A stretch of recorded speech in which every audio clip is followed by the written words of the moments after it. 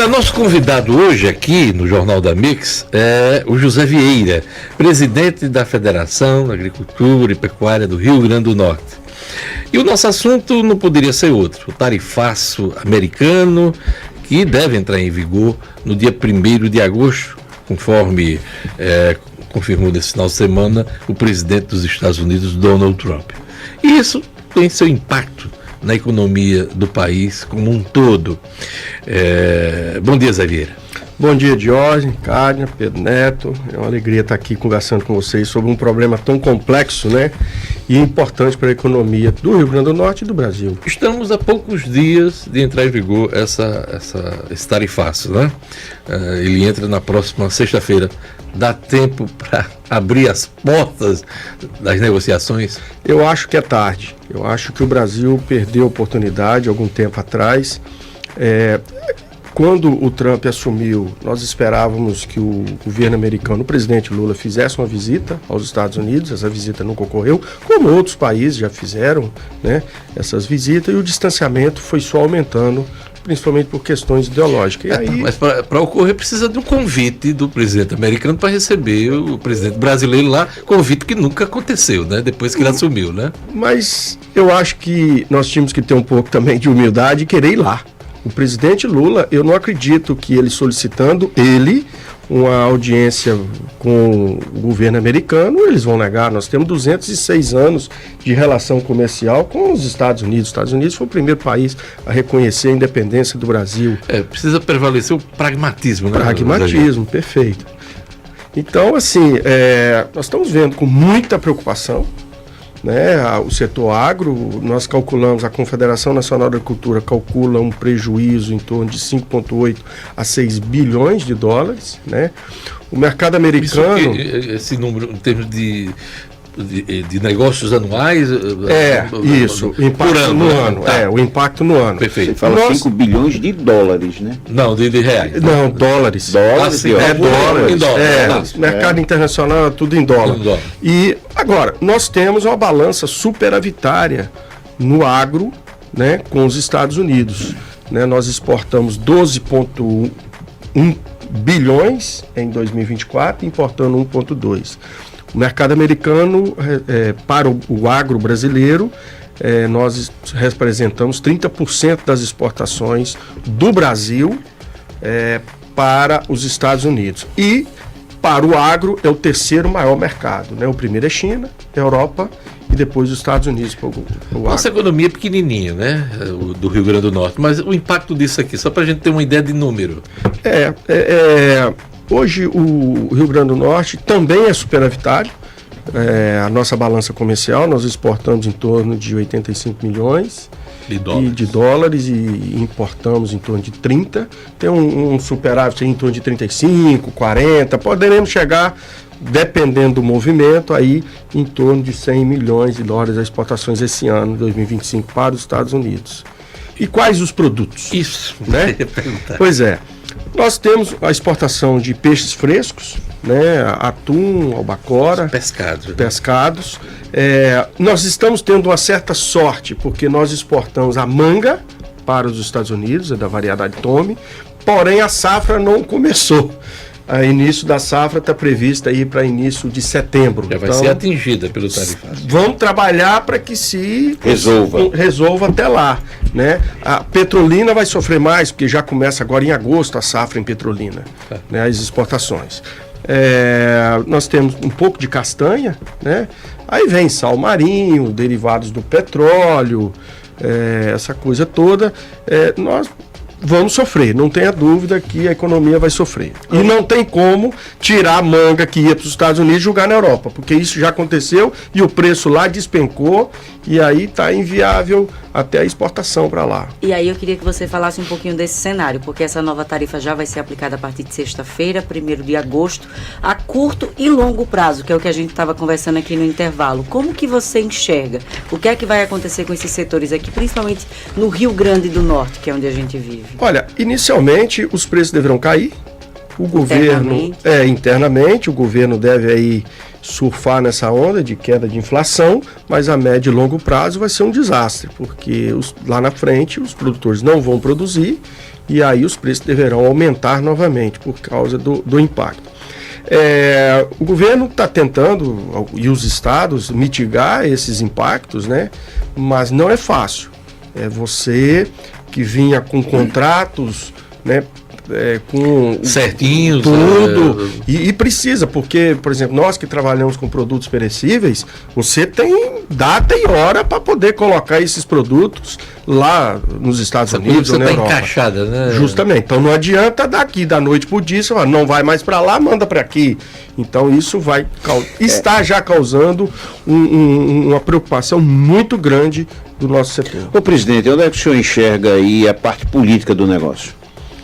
Olha, eu acho, infelizmente, né, e aí é questões ideológicas, né, o governo, o presidente apoiou Câmara, né? Eu acho que o Brasil não tem que entrar nessa seara. O Brasil sempre foi um país neutro nessas questões políticas, não fica interferindo nas políticas internas de outros países, né? O Itamaraty brasileiro sempre foi considerado, Itamaraty sempre neutro. O Brasil nas negociações sempre foi pragmático, né? É fazer negócio, não brigar com ninguém. E aí, de lá para cá, as coisas só foram piorando. Mas na hora que o senhor está dizendo isso, não está havendo interferência do governo americano aqui na nossa política também agora? Olha, eu acho que é negócio. Eu acho que o grande problema foram as Big Techs, onde o governo e o Supremo, por exemplo, o ministro do Supremo, ele bloqueou a conta da Starlink, e o problema era do Twitter, do X, quer dizer. E aí começam a perseguição com cidadãos americanos, e aí isso começa a ter uma escalada que a gente não vê que o Brasil está se arrefecendo. Toma lá da cara. Eu acho que o Brasil está potencializando essa discussão. Mas isso é uma questão que deveria estar no campo econômico e não político, né? Isso eu acho que pelo menos é consenso em todos que estão aí discutindo esse assunto. No campo da chancelaria do Itamaraty, eu acho que o Itamaraty tem que a todo momento insistir em tentar reuniões, não consegue, vá para dentro, não precisamos ser pragmáticos. Aqui é negócio. Né? Não é namoro, como diz o outro. Namoro que a gente fica com raiva e tudo. Negócio não. Negócio você tem que ser pragmático. Tem que ir lá. Tem que ser um jogo de ganha-ganha. Né? Ganha-ganha. Ganha lá e os Estados Unidos perde. Com porque certeza. O cidadão americano, ele vai perder também, porque ele vai pagar mais. Isso. Agora, nisso tudo, o Brasil passa a ter menos competitividade em relação aos outros países na hora que nós somos sobretaxados. Né? Tem produtos nossos aí que está ainda a 80%. A maior taxa hoje colocada pelos Estados Unidos é a brasileira, Diógenes. É a brasileira. Na última leva agora, né? Na última leva foram 23 países atingidos, a maior foi brasileira. E não foi 50%, colocou 50%. Em cima dos 10 que já estava. E outros produtos, por exemplo, o açúcar é 30%. Então foi para 80%. Né? Então, assim, é um impacto realmente muito grande. O suco de laranja era 17%, foi para 67%. Então, tudo isso. Então, quem vai pagar? Eu vejo o seguinte, nós vamos conseguir chegar a um bom termo. Agora, precisa de parar com as narrativas de querer brigar politicamente. Se desarmarem. Tem que desarmar. Não tem que ficar. Eu não vejo, Jorge. Isso não é definitivo. Isso aí, todo mundo tem. E quem entende do assunto, quem é especialista, sabe que não. Mas nesse momento a crise está gerada. Porque a gente não vê o Xi Jinping fazendo discurso contra os Estados Unidos. A gente não vê o Putin. O Putin agora está negociando. Né? A gente não vê a Índia. Né, também falando a todo momento. Ninguém fica falando. Tem que ser pragmático. Vamos deixar resolver o Itamaraty, a nossa chancelaria. Nós temos que ser pragmáticos nesse sentido.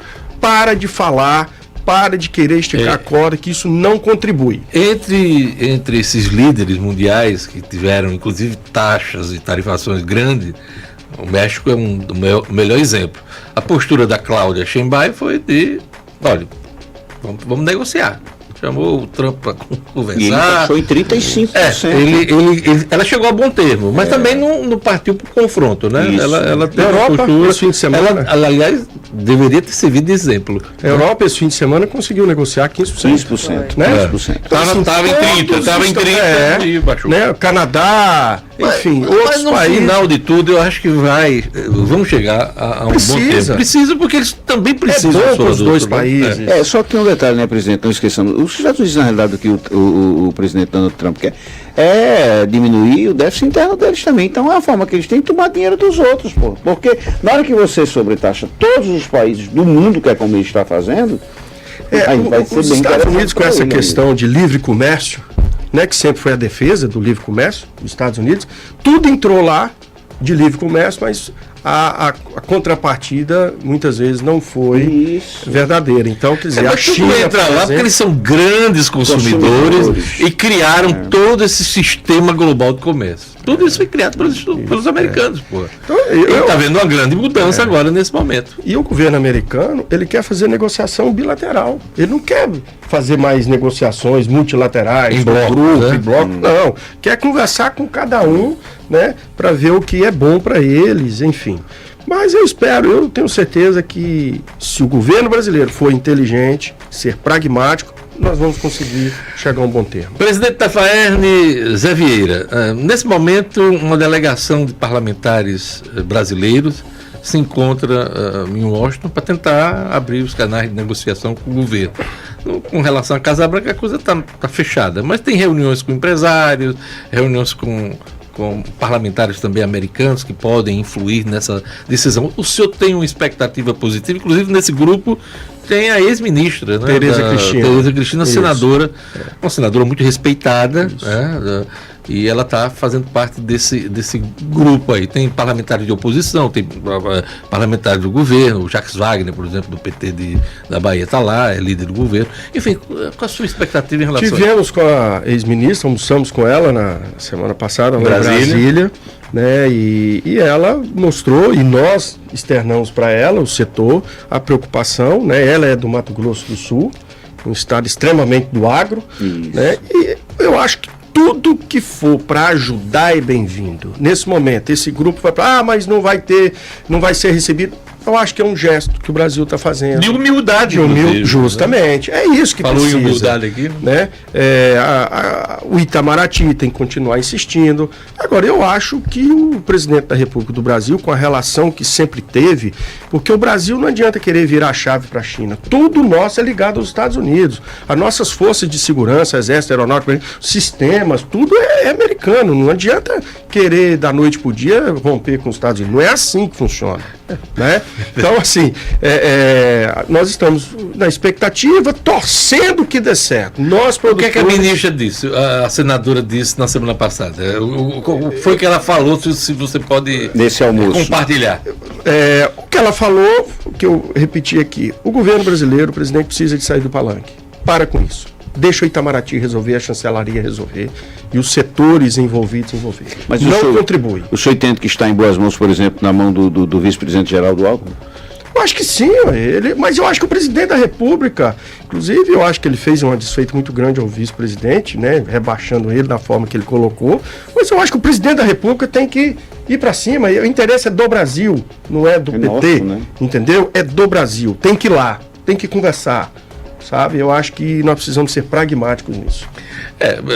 Questionado lá em Washington, a imprensa questionou o presidente Trump se ele ia se reunir com o presidente brasileiro.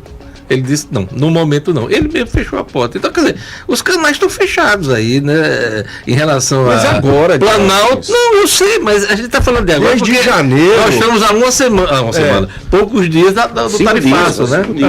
Mas desde janeiro, o presidente Lula já era para ter marcado. Isso é normal, um presidente visitar o outro, como todos de outros países vão aos Estados Unidos, né? Dialogar, conversar. Enfim, nós temos vários projetos em comuns com os Estados Unidos. O senhor não acredita que o presidente americano e as autoridades que estão cuidando desse assunto estão sendo envenenados politicamente por um grupo que tem interesse aqui político no país, nesse ambiente polarizado que a gente está tendo? Tem um componente desse. Por exemplo, o governador de São Paulo quer negociar, reunir empresário, chama o embaixador lá, o representante da embaixada americana, e aí é criticado por fazer isso, porque esse grupo que está lá em Brasília envenenando lá as autoridades americanas.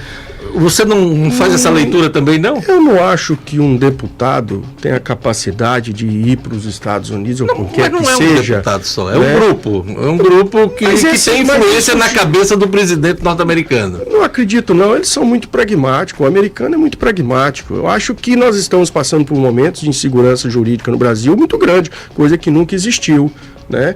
E o governo americano não quer que o Brasil vire uma Venezuela, da forma que as coisas estão sendo conduzidas. Na sua visão, a culpa é do governo brasileiro? Eu acho que a culpa, nesse sentido, de chegar ao ponto que chegou, eu coloco que seja sim do governo brasileiro. Eu queria, antes de finalizar, que você falasse um pouquinho sobre as alternativas. A gente estava comentando que é difícil adaptar todo esse mercado para novas negociações, mas vocês estão analisando isso, caso se estenda por muito tempo esse tarifaço? Tá, a Confederação, ela tem conversado com todas as entidades ligadas ao setor e para justamente termos alternativas. Primeiro, nós precisamos de resolver o momento do agora. E aí, como é que nós vamos fazer com a nossa safra? Nós vamos aí vamos voltar para dentro de casa. Nossa safra de manga vai começar agora. E aí, o que nós vamos fazer? Nos Estados Unidos a gente também tem a possibilidade de vender o melão. Mas é uma janela que nós temos, porque quando lá está no período do inverno, então eles abriam a janela de 0 de imposto. Fora da janela era 27,9% de imposto. Nós, inclusive, fomos para lá para justamente tentar ampliar um pouco essa janela.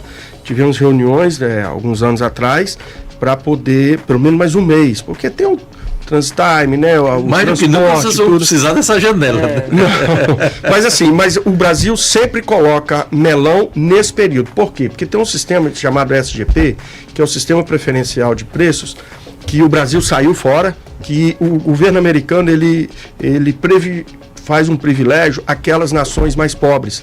Então ele abre principalmente para os países da América Central. Então eles conseguem colocar. Mas nós estávamos mostrando que no período que nós queríamos colocar, nós não estávamos competindo com ninguém. E era o melão amarelo que nós queríamos colocar lá. Então, estamos buscando alternativa na Europa, estamos buscando alternativas na Ásia. Eu acho que é importante, um grande mercado que o Brasil está conseguindo abrir, é o mercado asiático. E é isso, não tem e continuar negociando e para encontrar um bom termo para os dois países. Não tem que ser só bom para os Estados Unidos e também nem para nós. E deixando a política de lado. Com certeza. Política não tem que se envolver nisso. Eu queria agradecer a presença aqui do Zé Vieira, presidente da FAERN, Federação da Agricultura e Pecuária do Rio Grande do Norte. Zé Vieira, obrigado. Vai ficar na torcida aqui pra gente escapar desse tarifaço aí. Se o MST deixar também, que é problemas em cima de problemas que o setor tem, Teve manifestação na semana passada em todo o país. Que atrapalha tudo. Tudo. A todos, obrigado. Um bom dia, boa semana. Amanhã estamos de volta aqui. Até amanhã. Valeu, pessoal. Um abraço.